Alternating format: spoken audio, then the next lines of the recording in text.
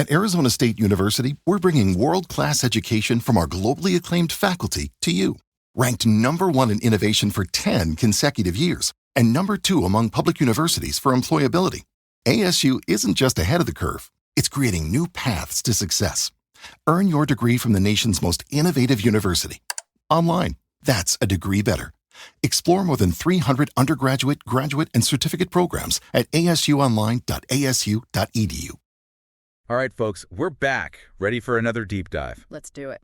This week, we're breaking down a game that really shook things up in the NFC South. The Falcons' victory over the Buccaneers. A lot to unpack there. Yeah, we're going to look at some game analysis, some expert commentary, see if we can figure out just what happened. Sounds good. Like, what were the turning points? Yeah, and what does this mean for both teams going forward, right? Big questions. So, anyone who follows football knows the Buccaneers were heavily favored going into this one. Oh, yeah, absolutely. Most people had them pegged for an easy win. Nobody really saw this coming. Especially, like, the Falcons haven't exactly been setting the world on fire this season. True. But they're quietly putting some pieces together. Yeah, and they're sitting pretty at the top of their division now. Which, I mean, nobody predicted, right? Right. So, clearly exceeding expectations. What do you think, what's clicking for them? Well, I think Desmond Ridder's development as a quarterback has been huge. Yeah, he's really coming into his own. In this game especially, his ability to extend plays was impressive. And I don't just mean scrambling. He was keeping his eyes downfield, buying time for receivers to get open. He wasn't panicking under pressure.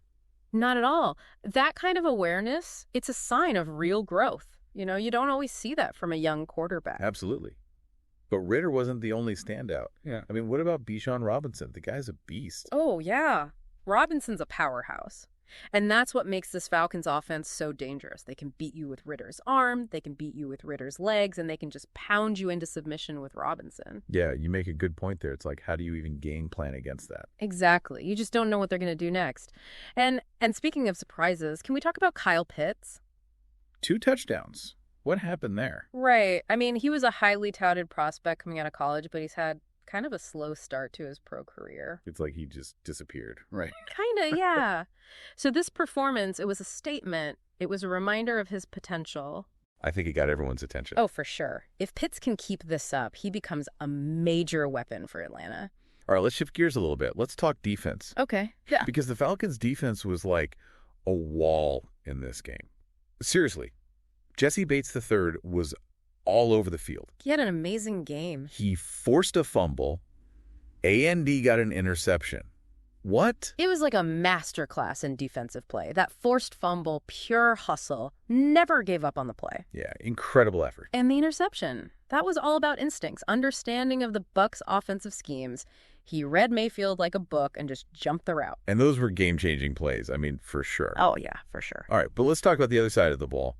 The Buccaneers, I mean, their offense seemed out of sync. What happened? Yeah, it wasn't pretty. I mean, look, Baker Mayfield had some good moments, but he also made some crucial mistakes, missed throws, some poor decisions. You're saying it just wasn't his day? Pretty much. And their defense. I mean, that's usually their strong suit. Right. They just weren't generating turnovers. And that really let the Falcons control the pace of the game. Yeah, it seemed like Atlanta was really exploiting some mismatches in the Bucs' defensive scheme, particularly in the secondary, finding holes in the coverage, taking advantage of missed assignments. So bottom line, where does this win leave the 2 teams in the NFC South? Well, the Falcons are in control right now. They're sitting atop the division. Makes sense. They've got a 1-game lead. This win, it sends a message to the rest of the division. The Falcons are a force to be reckoned with. You think they have a real shot at the playoffs? Oh, absolutely. If they can keep playing at this level, they're going to be a tough out. That's exciting. Yeah. But, I mean, it's still early in the season, right? Anything can happen. Always does. The Bucs, though, they need to figure some things out. They need to get their offense back on track, or a playoff spot is looking pretty far off. No question. So, to recap, the Falcons won because of a balanced offense, suffocating defense, and key players stepping up when it mattered most. The Buccaneers, well, they've got some work to do. They do. So as you watch the rest of the season unfold, here's something to think about. Can the Buccaneers make the necessary adjustments to close the gap with the Falcons? Will the Falcons be able to maintain this momentum? So many questions. I know, right? This divisional race, It's going to be one to watch. It's going to be a wild ride. Thanks for breaking it all down. Anytime. And for all you listeners out there, keep those helmets strapped on. We'll be back next week with another deep dive. Today is your lucky day. Today is the day that our $3 website works for you, paying you directly to your PayPal daily. Imagine $3 ongoing continuous payments to your PayPal account.